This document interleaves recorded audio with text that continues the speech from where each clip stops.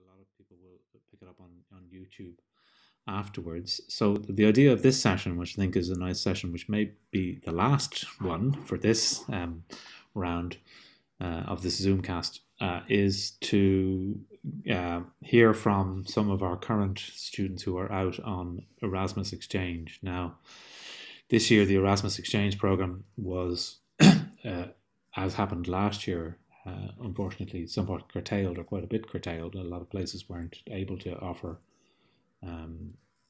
the exchange places that they usually would, or places weren't able to operate in quite the same way. But despite that, we do actually have quite a number of students who are out in various versions of what sounds like more lenient lockdowns in various parts of Europe. So the idea of this session is to hear from you about your experiences where you are. Show us a little bit about what you're doing, what it's like to be working where you are in the current conditions. We're delighted as well to be joined by Dan Sudarshan, who has been for many years the mastermind of all things Erasmus, of international exchanges, has looked after that brief for a long time. And as you would know, there would usually be an exhibition in the school of what work and the experience that people have while they're out on Erasmus. And we're also joined by Ellen Rowley, who's just taking over from Dan on that international exchange beat. So Ellen is here partly to hear from you guys and also just to start easing into that role while she eats her soup, as she says. So Owen, I'm going to hand over to you because I know you have a sequence of people to speak. Owen, our reporter in Madrid, over to you. Very sorry, but I'm going to have to present on InDesign because basically all my presentations here are group works, and people use Photoshop here to make presentations. So basically all my files are absolutely huge, and I can't make a PDF, I found at last minute. But anyway, so I don't have that much architecture stuff to show because it's the first 6 weeks of my studio project here were basically just research. And it was kind of not very much related to architecture research. Like I was researching kind of like native plants in Peru and trash collection in Lima and stuff. But basically we're assigned this site in Lima in Peru, which is called Previ, and it was designed by a team of international architects in the 80s, including James Sterling. And so we were assigned basically to rehabilitate this area using kind of disassembly and reassembly as kind of basically drivers of that. But I then actually, so this is our kind of group work and stuff. It's very kind of sort of technological, very elaborate kind of master plan type of architecture and stuff. Is really different than what I'm used to. And it's interesting. But yeah, it's definitely really different and stuff. And so it's Previ and Rouen as well we have to look at in France. And I actually basically got assigned Rouen as the place where I have to develop my project. And so we researched a lot in the first few weeks, kind of urban farms and stuff, and basically inhabiting kind of rooftops of this area and stuff with urban farms in Peru. And then I got told that I basically actually had to focus on France and I have to basically do it in the interior. So I've been having to make a really big jump and try and inhabit these blocks of an area of Rouen called Grand Mar, which is basically made out of this kind of modular steel buildings and stuff, designed by an architect called Marcel Lodz. None of them but only 2 of them still exist out of like 15 because they performed so poorly in terms of fire and stuff that lots of people died and a lot of them got demolished. But anyway, so I'm proposing they basically be reassembled and these kind of chunks are incorporated in and stuff with interior farms that I'm saying are going to have daylight conditions in them because they're connected to the sky. They're connected to the roof with these light pipes and electric light and stuff as well. But it's kind of just early stages of the architecture anyway. But my favorite module here is actually the Experimental, which is a concrete studio, and I'm designing a modular table out of concrete, which I'm just kind of working on the formwork of now. But that's been a really cool module, and we're making a concrete table at 1:1 with a max weight of 60 kilos. So I came up with this modular system that can be assembled this way, and I'm currently just started to work on the formwork, which I have to cut either this week or next week, and then cast the thing in a couple of weeks' time. But that is all the work that I'm going to show so far. It's really different than anything I've done before, particularly the studio one. And yeah, I don't know if I'm such a fan of it. Anyway. And Maria, do you want to show some stuff as well that you have from that time? Yeah. So I'm in Madrid with Eoghan as well. And although we're here together doing architecture, it's super different because I'll go to the beginning, because you could choose your studio module. So it's kind of confusing at the beginning. They kind of, they basically presented all the different studio options we could choose, the different projects and the different tutors.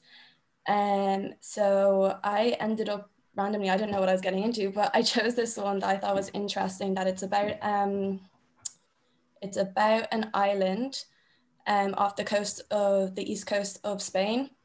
And basically it really reminds me of how we did second year in UCD, because it's like we had lots of kind of smaller projects that begin quite conceptual, and I mean, you never move on to really like elaborate it and get onto the technical details of the projects, which I really enjoy, because I think for me, the most fun part for me, the projects in architecture, is like the beginning of it. So the first part that we did was designing a museum of the sea on this island. It's a very small island, so this is the town over here. One sec, I'll make this bigger. So that's the museum that I was doing here. Going through it quickly. It's basically a series of like concrete boxes, and you go through a trajectory basically of like sensorial kind of experiences that isolate elements of the sea without seeing the sea completely. So going through them is like you begin a route from here, and the walls get thicker when they have to resist the sea basically. So, and then we had to do a restaurant and shop too, but that was as much that was on the brief. Like, as you notice, there are no toilets in my project, because I think I'd get criticized if I actually put toilets in my project, because it doesn't get to the stage where we need to get to that at the moment anyway. So, which was really fun, which I like, because obviously it's kind of annoying when you have to like get into the nitty gritty stuff like that about projects. But so yeah, you see it's a cliff face, and these boxes are like coming out of the cliff face, and then there's like lightweight elements that connect them, and they enter into the sea. This one is like the sea is on top, and it kind of filters the light entering this like concrete room. And just they do loads of these things here. So this is like a thin veil of water, kind of exploring the immateriality and materiality of water. So like it can divide a room, but technically you can walk through it, blah, blah, blah. The sea enters in this one, and basically isolating that experience of the sea crashing up against the rock wall, cliff face. This one, yeah, the sea enters, blah, blah. And that was the end of that project. So that was done. And now we're doing, sorry, I'm not showing it, but now we're doing we had to design 2 little houses on like very small plots. So that's what I'm doing at the moment. But another module, which Owen is also doing this experimental studio, but again, we could choose different ones. So Owen's making one about concrete, and I'm doing one about fashion and product design. And I love this. I'm really excited that I got to do this because I think it's really cool that in the architecture school here that it gives you the opportunity to, even though we're studying architecture, it gives us the opportunity to like look at other design industries and stuff and how we can use the things that we learn and love about architecture in like furniture design and fashion and blah, blah, blah. So this one, yeah. So the first part of the project was we had to design a product that was related to your sense of smell somehow. And we had to pick like a musical artist that would embody our brand. Now, this is crazy. People came up with absolutely insane ideas. So believe me, mine is tame compared to other things, okay? I start to realize more and more every day that I think as Irish people, we're really quite timid and reserved compared to the people here. It's refreshing. It's sometimes I feel really strange and shy, but anyway, it's fun.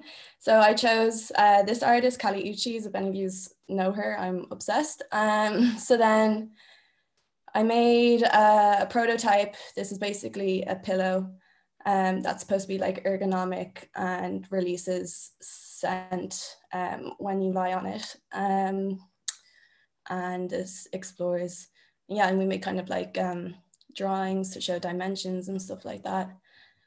We had to look at packaging, how it can be used in your house. Then we had to make an advertisement for it and a naming of the brand and a slogan. And exploring, seeing how it could be used there in the real world. And then the next part of this one is now we're looking at biomimicry, which is taking something from nature and exploring how we can incorporate into a fashion element. We had to make either a hat or something that you wear around the neck or shoulders. I chose bees' wings as my inspiration. So I was exploring how it could be an extension of the human body, yet being contrasting because it's more geometric than a human body. So tracing the rigid veins in the bee's wings, and then putting them on a model and seeing how she could wear it. Looking at references of geometric kind of rigid hollow veins that are connected in a way to create some kind of structure. And then that's the prototype I had to come up with.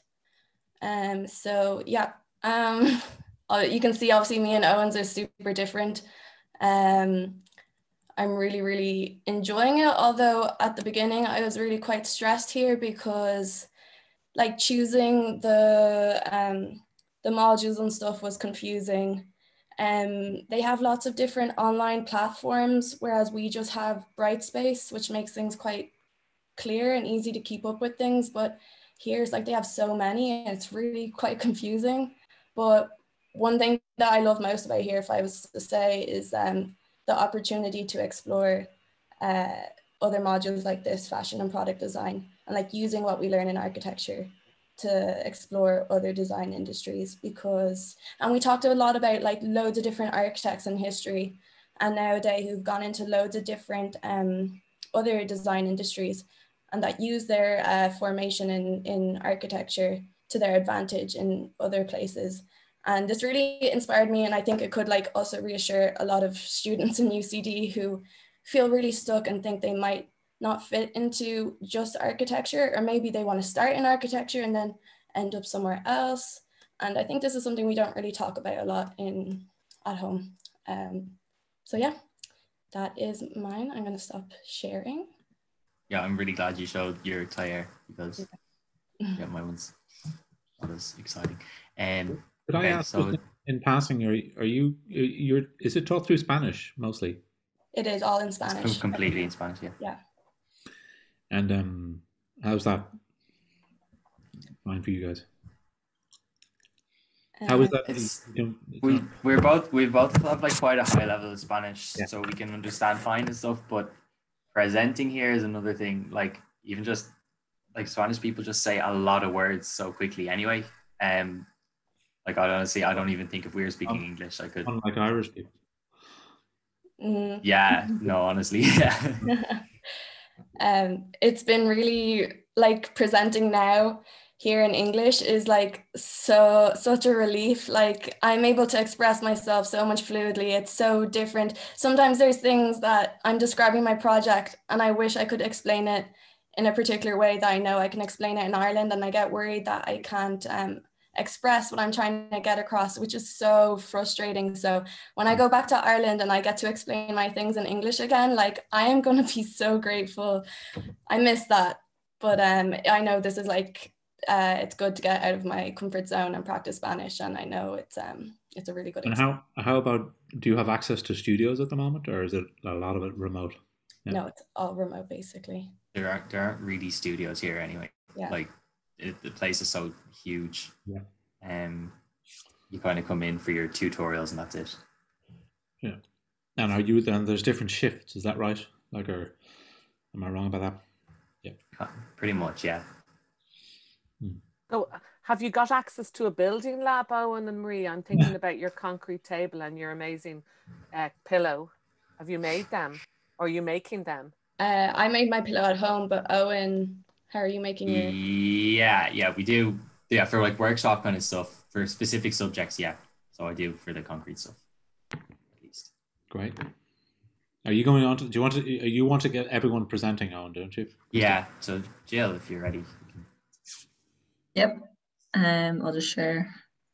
Okay, so I am currently in Paris, in ENSA Paris Belleville, and it is all through French currently. There's around 40 Erasmus students, which is really, really good, and they've really good Erasmus set up in our year. In total is around 155 students.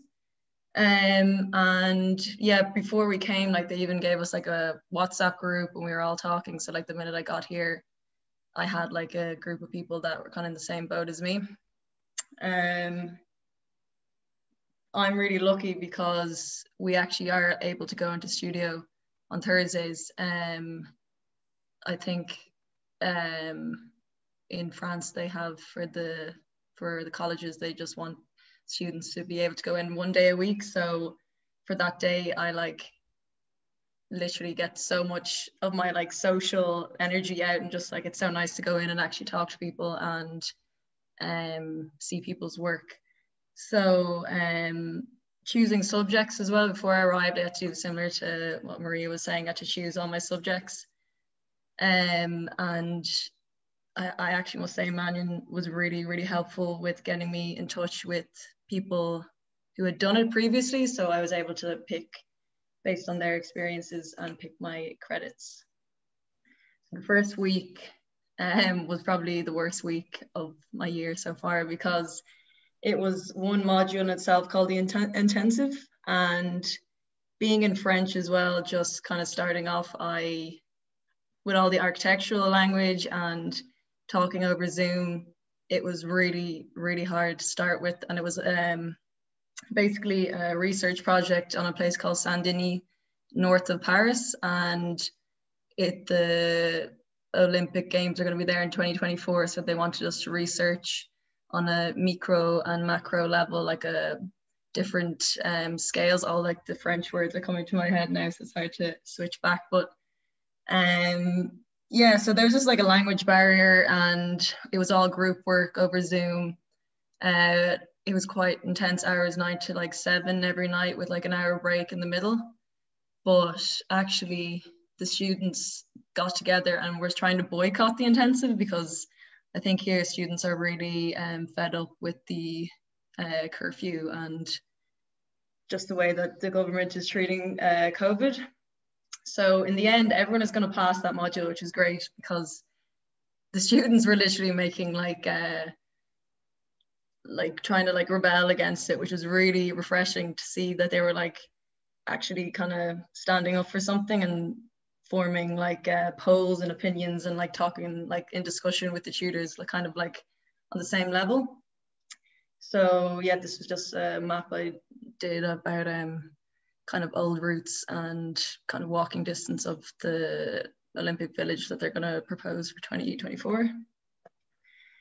So option modules, like similar to what Maria was saying, it's really art-based school. So I have a painting class of a Wednesday morning for 3 hours, and you can do whatever you want, whatever you're interested in. So I'm looking at like Fauvism and different portraits, kind of like with really vibrant colors, and it's so relaxing. You can just put on music. It's all over Zoom though, so I usually like invite someone over and we just paint of a Wednesday morning, which is delightful. And then on the right is every Wednesday afternoon, every second week, we go on a walking tour for a history module. And this is the Palais Royal de Jardin, the gardens of the Palais Royal. And she was taking us on a tour of like the passageways of Paris. And it's really interesting that maybe I wouldn't have found that area, and just kind of getting the history of it. It is all through French, so sometimes it is a little bit hard to grasp. We look like the ultimate tourist. We have like a headset in, walking around, following her, but it's a great way to see the city. So my studio is actually great because it's taught by an American. So thankfully I can speak in English when I want to him to present it. It is focused on time, place, and memory, and architecture as a temporal device connecting the three. It's extremely abstract and conceptual, which is really interesting and very different than what I'm used to from UCD. It's coupled with a theme of music, and the territory that it's based is the canal that runs through Paris. The studio process is really important, and everything is done with kind of a conceptual approach. So at the very first week, we were given a list of composers and musicians, songs to listen to via a zip file, like Tom Waits, Steve Reich, John Cage, and people like that. And we were also given images to read about music, with mainly experimental music. And this was kind of the two images here were like the setup for our studio, with the expressive forms of musical notation, that they're trying to communicate a visual impression of the music, but not actually kind of read the music. And that's really what our studio is about like not representing something in a model, but actually making something that causes more of a discussion than just showing something. So it's really abstract and is kind of frustrating at times, because you think you want to just be told what to do, but it's more based on a feeling. So listening to these music, I had to make a model in response to a song. So this was, and then take photographs of it. So this was a model that I made. It was a really kind of chaotic song, and I, throughout it was like ripping up pieces of wire and then like stitching them back together with the piece of structure in the middle. And then we also had to make a film that was distorting perception or sound or time. And those were the first 3 weeks that we were introduced to this module. It was really, really abstract. And we were looking at like David Lynch's work and Bill Viola, which is, it's such a different way of working in studio, which is really, really, because it's not usually in UCD, you have your first 2 weeks precedent looking at a building that exists, but here it really opens up. You're not kind of narrowed into a certain way of working because it's so wide and abstract. There's so many routes to go down. So I'm now working in a group of 3, and we're doing a theatre along the canal, which is really kind of different as well. I've never designed a theatre space, but kind of similar to what Maria was saying with her museum, it will never really go into detailing. It's more about like feeling, atmosphere, light, and process is like the main kind of theme of the studio. And then another thing that I found quite cool about doing an Erasmus is that you see different ways that other universities work, and different inspiration for making things differently. Basically, in our first week, our tutor my tutor emailed us saying, please make a model in response to music, but don't use white card at all in the studio. Like, try and think outside the box. So these are just examples of some of the models that people have made, and casting is really big. And just think even like techniques for like finishing models that you'd never really think of, or you've never been exposed to before. You're getting exposed to it here, which is inspiring, I guess.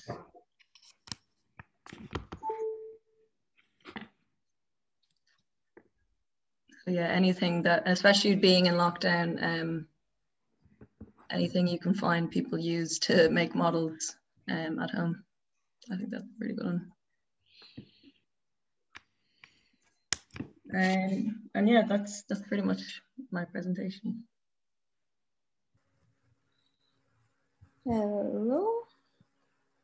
Hang on. Okay. So hi, I am currently in Lucerne, Switzerland, and yeah, I'm having a great time. Lucerne is in the German-speaking part of Switzerland, but everything is taught in English, so very good. We had a 2-week intensive like German course, which, to be honest, helps me order food and yeah, talk a bit when I'm drunk, but otherwise I've not really needed it. So this is the campus. It's in Horf, which is about a 10-minute train ride from central Lucerne.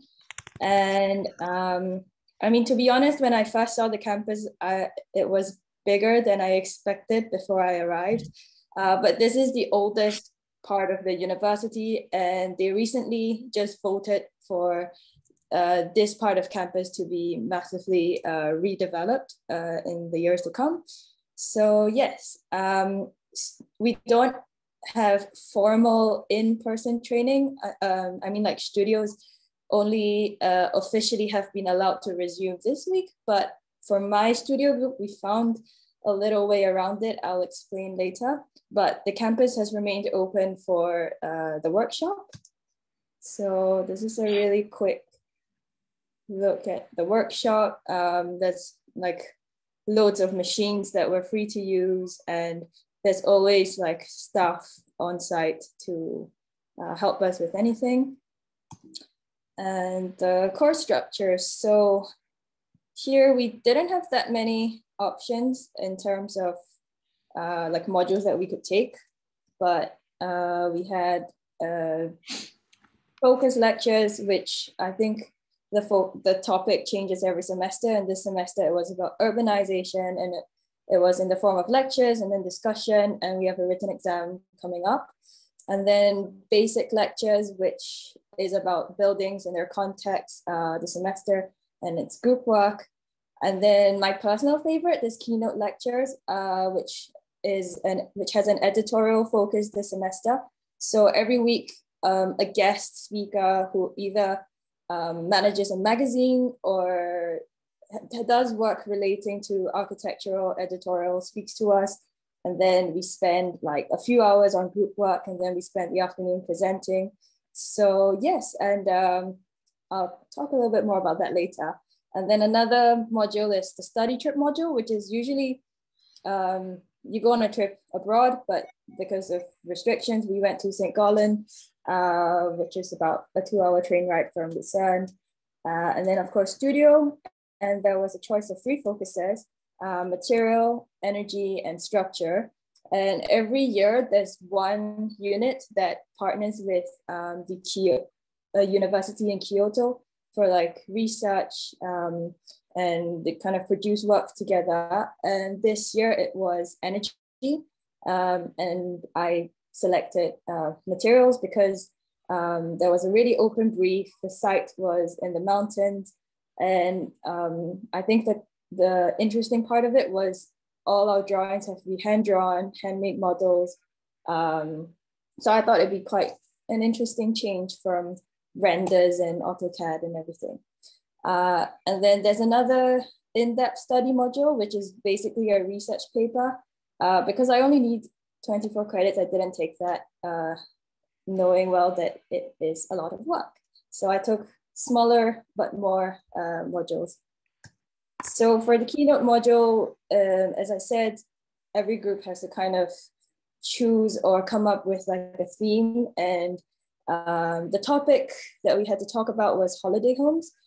So my group, we kind of selected a focus on like the seats, and every week we kind of take the magazine in whatever direction that the guest lecturer talks about that week. So it's really interesting. And outside of the module, the time, like it takes all of Friday, but outside of Friday, you don't have to do any work related to it. So that's quite nice. And for the study trip, we were each assigned one building to do a building portrait of, so just like history and some architectural studies.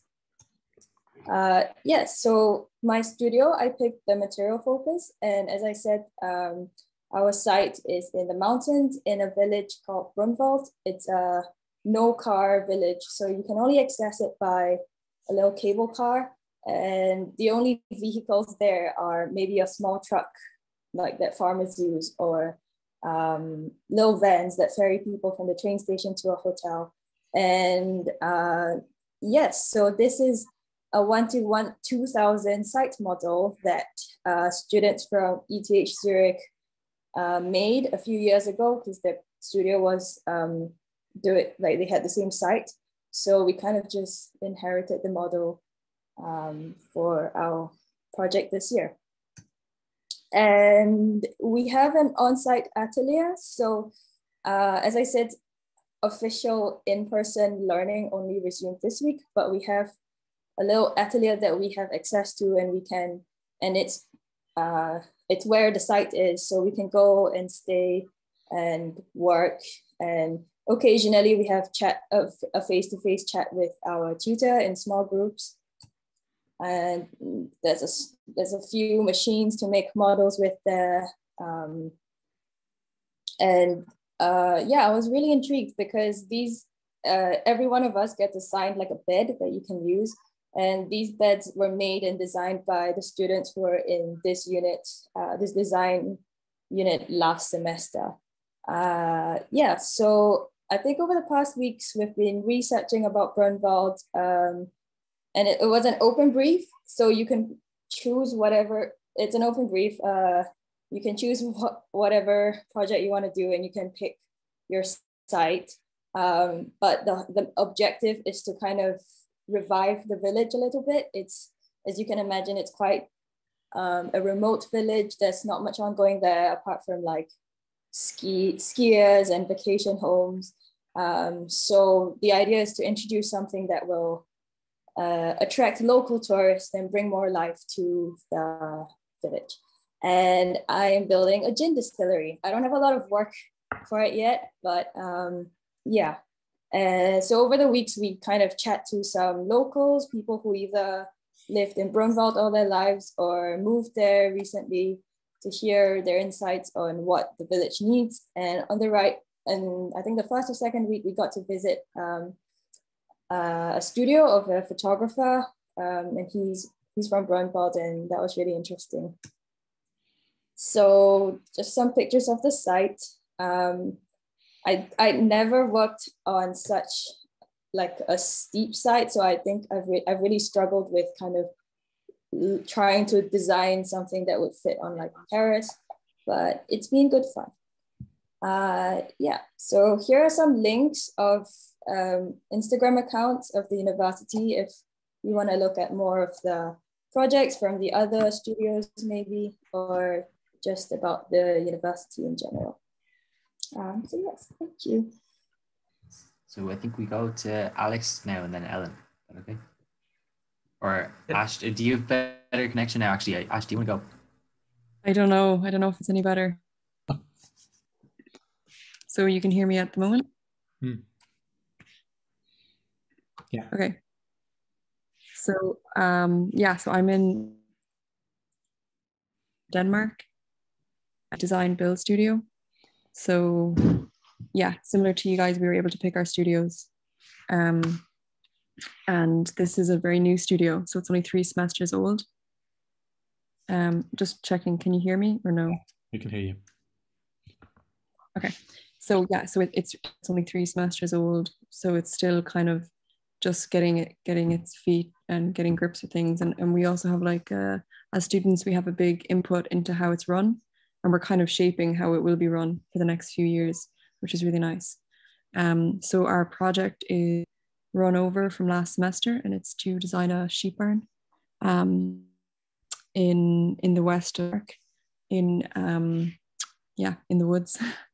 So this is our site, and we have to clear out some trees. It is in a open air museum, which is kind of like a museum it's outside of old Danish construction wood houses. So the arms and it's kind of out in the middle of nowhere, and people can come and see how things were in the olden days. And there's a lot of like old sheds and barns and different things.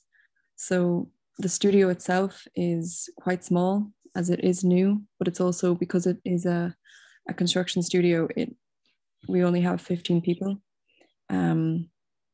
So just for like workshop facilities and stuff like that. So this is just a drawing of the sheep barn in section. So it's kind of taking the old way of construction here in Denmark and modernizing it, or adding different kind of flares. So this is, say, the ground level, and you have, what we have designed is these granite footing pieces, and then another connection piece made of oak, and then we would have the timber frame. And so it is designed for sheep. So it will be, and it's using a lot of the wood here is actually used from the like the oak, for example, would be used from the forest here.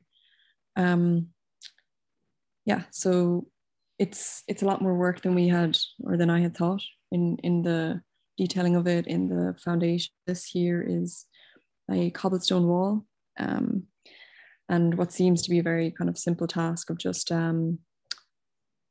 mortar and cobble. It's very precise in how it's leveled out and how even it is, and measuring it from the different strings, and the whole process of laying out the site prior to starting to build this foundation wall, takes about a week. And then we have, these are the footing pieces made of granite. It was like another huge task to start to drill through the granite. And then this is the oak piece, which is again like another kind of finished detail piece. And this is where the framework of wood will sit on top of it. And these are some detailed drawings. So it is a design build studio, meaning that, we will go out and build, but then we will need to take a week back on the drawing board to kind of discuss the next part we're going to do, and maybe try and figure out something that we're stuck on site. There's a lot of different methods or different tools we're using, and different methods of construction. This is one of the, chiseling out one of the frame pieces, and this here is trying to drill through the granite, which is kind of a funny task. It takes about 4 hours to drill through, standing like this with some water.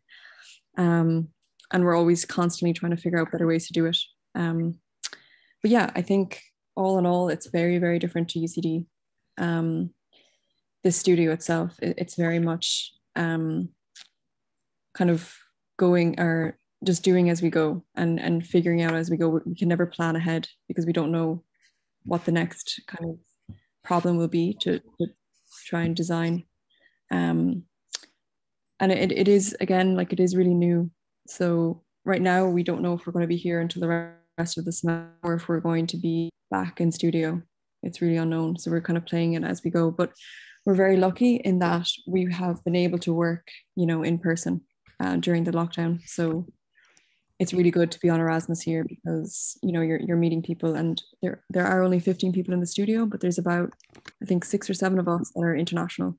So it's a nice balance of Danish speaking and English speaking, which is really nice. And we also have another Irish guy from Cork, so we have a good Irish representation.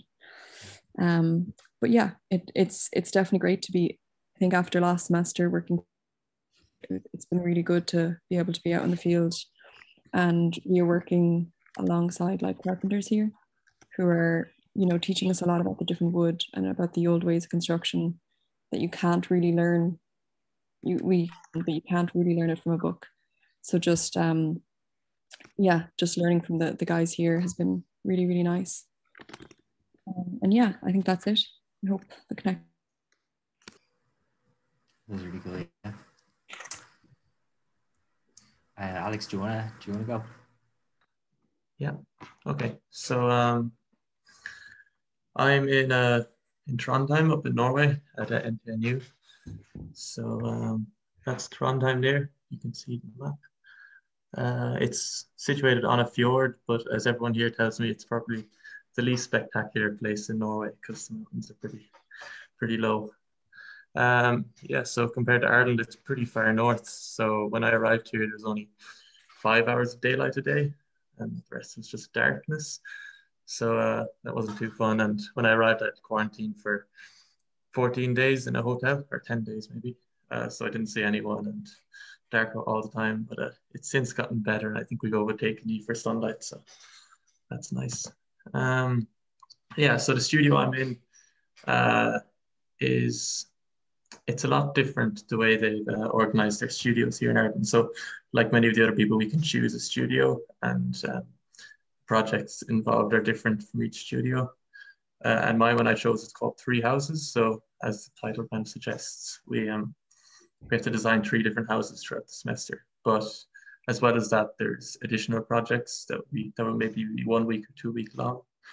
And this was the first one. So it was an actual project that's going to be built. So it was a competition. So for a client, we had to design a guest house and a sauna in up the mountains south of Trondheim. So there's no electricity or running water, and everyone in the studio had to design a proposal in 2 weeks. And I was lucky to have mine chosen, so it's going to be built at some point. But here's the model of it, pre-planned, so you can see this is the existing cabin here, and this is my proposal onto it. So the thing about the brief was we could only design something that was 60 square meters in size because of the regulations in the area. We could only do that. So it's a very simple layout. I think maybe that's partially why it was won, because the client is actually going to build this whole thing himself. He's a carpenter. He teaches woodworking in a school in Oslo.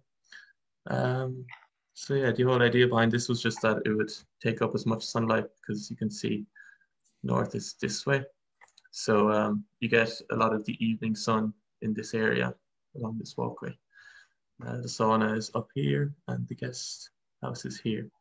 So it's very small. Here's this woodworking table as well. It's a very small project, but it was really fun to do. I decided this semester that I do a lot of hand drawing, which is very encouraged in this studio. Just a few model photos. We have a lot of work. We get through a lot of work because of these short projects. It seems like every week we have a deadline, which is good. It motivates everyone. Our class it's 50-50 between Norwegians and Erasmus students. So there's around, I think there's 20 people or 23 maybe in the class, and there's 10 or 11 Erasmus students, which is great. We're also on campus in studios, which is very nice. Right. No, it's great. Then the next project we did was a week-long project. So we were given the brief on the Tuesday, and we had to present it the next Tuesday. So we were given a certain amount of restrictions and kind of a size of a site, and we had to design this pavilion. Didn't have any use. That was pretty much the entire brief we were given. I was given a week to build it. So yeah, this is just something I came up with. There was the thing about these briefs, because they're so short, everyone kind of latches onto their first idea and just goes with it. So you get a big variety of projects at the end of the week or 2 weeks. which is really interesting to see just people's different thought processes and everything. Yeah, the next one we did was another week-long project. It was different. We had to design a bed, which was portable and could also be used. So you could sleep outside in it, basically. You could move it around the city and everything, and it kind of influenced the next project we went on to. So this is just kind of a few photos of the bed I designed. So that led us on to our first house of the semester. So I don't think any of the previous stuff is even graded or anything. It's just something to keep us occupied. And then we had the first house of the 3 houses. So this was a group project, and it was really enjoyable because the group I was put with, we all wanted to do hand drawings. So like this drawing here is 3 meters long, I think it's 1:200. It was a huge drawing, but it was really fun to do. So we had to design this accommodation for students that hadn't any accommodation set up in the college yet. So they could come here for a few weeks while they were setting themselves up and rent one of those house beds that we designed in previous weeks. And then they could sleep there, they could sleep in the city or anywhere, which kind of, it doesn't seem like such a good idea in Norway, where it's not too warm. It's still kind of snowing every second day, even though it's April. A few hand drawings that we did. It was really interesting to work with people from different universities and backgrounds as well, just to see their way of designing and thinking. It's very refreshing experience. But yeah, we all just hand drew for the entire 3 weeks, which was great. Yeah, and then we had Easter, which is, it's very they take it very seriously here. I mean, nobody works for the week of Easter, and everyone leaves the city and goes to their cabins in the mountains. So as Erasmus students, we don't have our own cabins. We decided to do a bit of a trip around Norway to the Stav churches, which are the old wooden churches in Norway. So we went around seeing a few of them, and just the scenery, as you can see, is spectacular. Yeah, and we were driving one day and we just passed the Sparrefen Glacier Museum, and we were like, oh yeah, we should stop and look at that. Just amazing that you can just come across something like that. The next project then was another week-long project, similar to the bed project. We had to design this piece of furniture, or kind of a unit that was that could be used as a kitchen, a bathroom, and a bath. So quite interesting, quite different. So this is my kind of thing that I did in, well, I guess a week. Quite interesting. So you can see the kitchen and the bath are both at this side. There's a hatch that comes up and reveals a bath underneath the kitchen counter, and then a wall that separates those two from the toilet. So it was quite an unusual project. I don't know how I'd feel like going to the toilet beside the kitchen, but you know, that's what we had.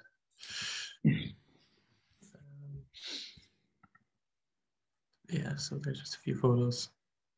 Then there's a theoretical side to the studio, where we have to, similar to what we do in UCD, we have to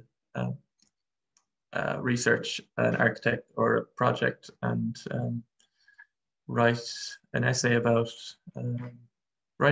build a model about their design process, basically. So I took this Norwegian architect, Carl Viggo Holmebakk, and his concrete house, which is near Hamar, which is also near Oslo, I guess. Yeah, it's quite a fun project to do. So yeah, that's basically it. We've gotten through a lot of work in only a short amount of time, but it's very, very fun, very yeah, fun experience overall. How have you done so many projects? Yeah, we I think twice a week you don't sleep for one night, because yeah, it's just a lot of work we get through. But everyone in the studio kind of, it's because we're able to be in the studio, a lot of people, and also the studio is open 24 hours a day. We can just it's very kind of a community in there, which is great. We kind of help each other out if we're stuck and everything. Something that I guess we missed when we were working online last semester. But yeah. We might let Ellen present as well. I know Ellen's semester is like just started as well, so she might not have that much. Yeah, mine's a bit of a contrast word to to show, Alex, but whatever. which yeah, I'm just gonna kind of do more of like an overview because yeah, I don't have any work to show. We're on like our second week, so so yeah, I'm at TUM in Munich, Technical University of Munich. An overview of the campus. There's over 45,000 students, 1,500 architecture students, so it's pretty big. The architecture building's in the main campus, which is this complex here. And there's 6 faculties there. It's pretty central. Like in the map here, that's the central train station in the bottom left for anyone that like knows the city, but it's yeah, pretty in the city center. Then yeah, the semester date. So we start on the 1st of April and go on until the middle of July. So yeah, that's why we're only kind of in our second week of classes.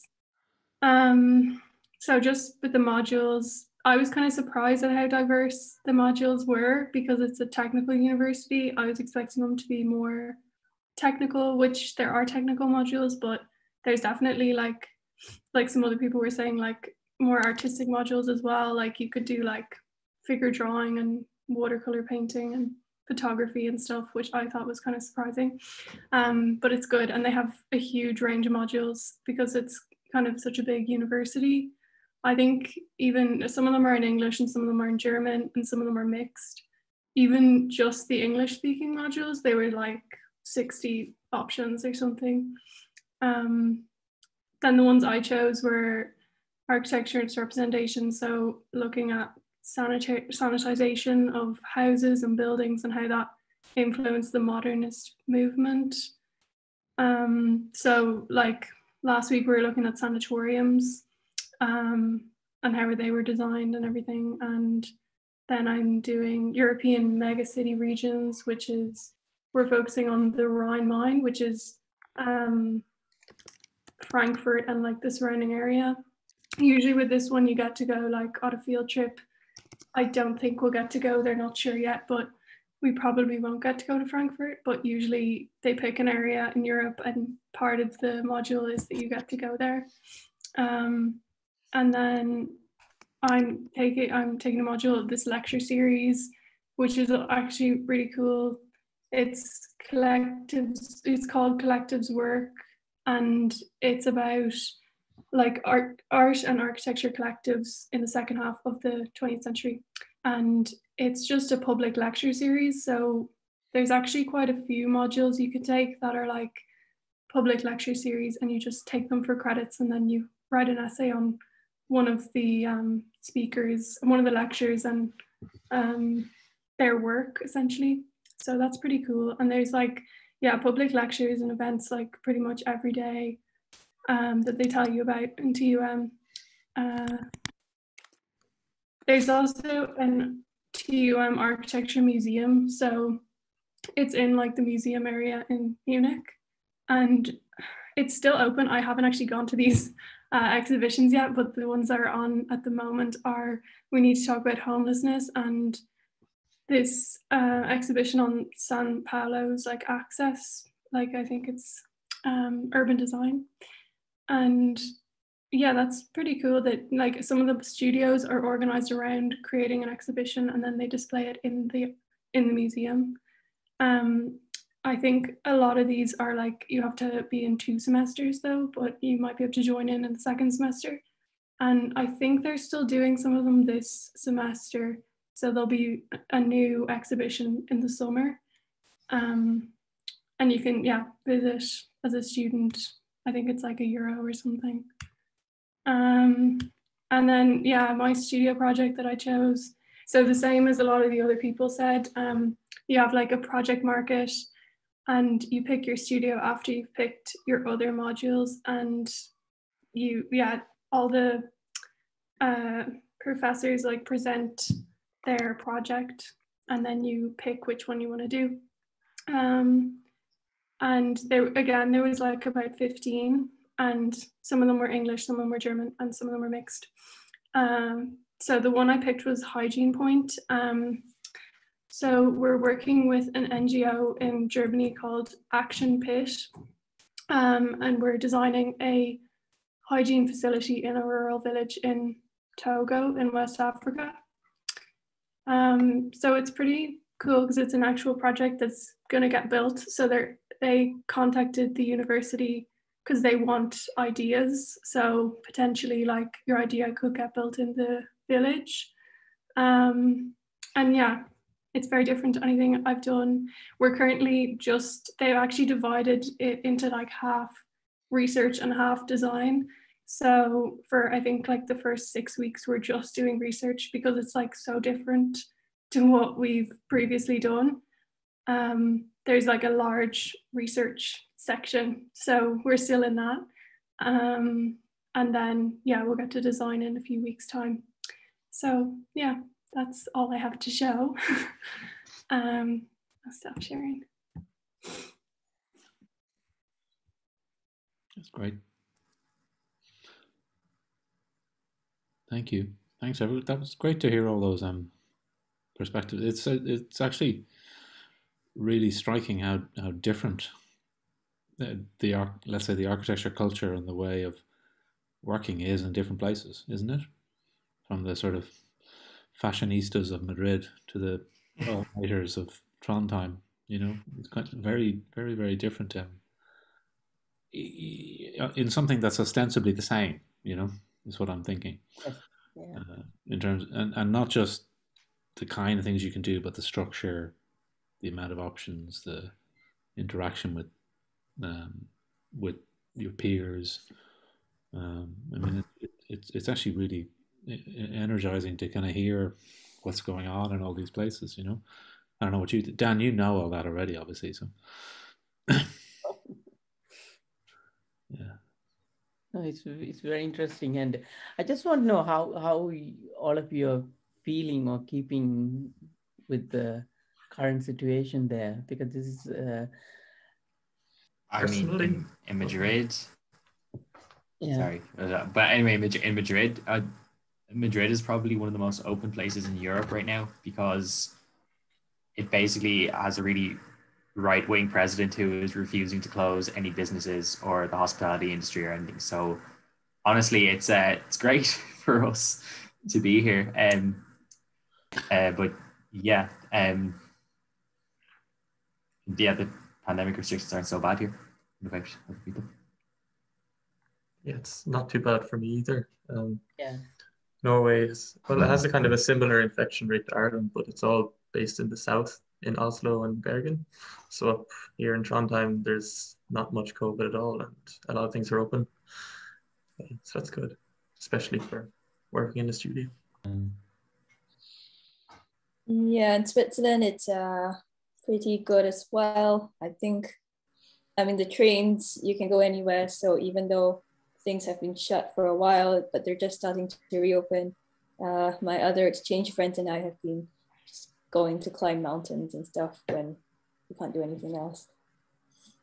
So not too bad. There's always a mountain to climb. Yeah. Yeah. Great. I think it's interesting that most of the other universities have a choice for the master studio. I don't know, like I think it varies in how many different studios you can choose from, but I think it is something that's really nice because it allows people to kind of choose their niche maybe, or to kind of or even like just go into one more specific kind of topic, more specialized. Yeah. And it seems to work really well here in this university, and they're very, very, very different. And you sometimes get like student one studio just coming in and just being like, what are you guys up to? And it's really, really nice, I think. Yeah. Yeah, especially here, like they can do that. It's because the university is so huge. Like I think there's 500 people in every year or something like that in ETSAM. But honestly, like with the choices that we had, there were no studios that were that different to, well, like, and if I wanted to do Proyecto Siete, which is basically fourth year level, and they were all kind of the same. Like, there was definitely nothing where you could build something in real life with detailing wood joints and stuff. Like, it's just not architecture here in Spain. It's not. Although this choice, it is kind of still. It's funny how the culture is still very different here, just across the board. Mm. But it's also like, I mean, Trondheim is not a huge school, right? So I don't know. I think it's maybe 200 students per year. Okay. Yeah, so it's a bit bigger. But for us, for me anyway, like we have one professor in charge of our studio, as opposed to, say, UCD, there'd be a number of tutors. So you do get less feedback one-to-one anyway, and everything, especially with us having like projects every 1 or 2 weeks, you don't get as much feedback and time to work on it, which is something that is good about UCD, having that one-to-one contact with the tutors. But it is great to have the choice in different studios. Yeah, I'm the same. I have just one tutor for our studio, and then he like goes around throughout. It's like 9 to 5 on a Thursday. But yeah, so sometimes you don't get as much time. But yeah, I think as well, Paris, what you're just saying, like, what's lockdown like? Like, on paper, it's so strict. Like, there's a curfew at 7 till 6 a.m. So that's why when I was coming, I was really unsure of whether to come or not. But then when you're actually here, like, no one abides by the rules. So like, it's actually really fine to live here. But just like, whenever I'm talking to my parents, they're like, God, how's curfew? And like, everything's closed. I'm like, it's like a holiday here. Like, everyone's like, they're just, COVID doesn't exist, you know. But you do have to wear a mask outside at all times, which is a bit clammy. But yeah, it's good.